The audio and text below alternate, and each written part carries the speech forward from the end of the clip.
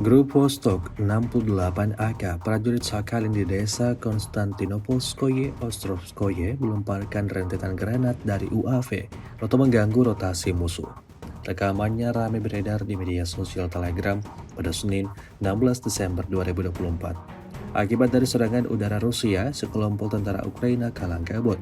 Dalam kekacauan yang terjadi kemudian, pengemudi kendaraan lapis baja itu tidak terlalu ambil pusing dan langsung menginjak gas, sehingga meremukan saudara seperjuangannya yang tidak waspada.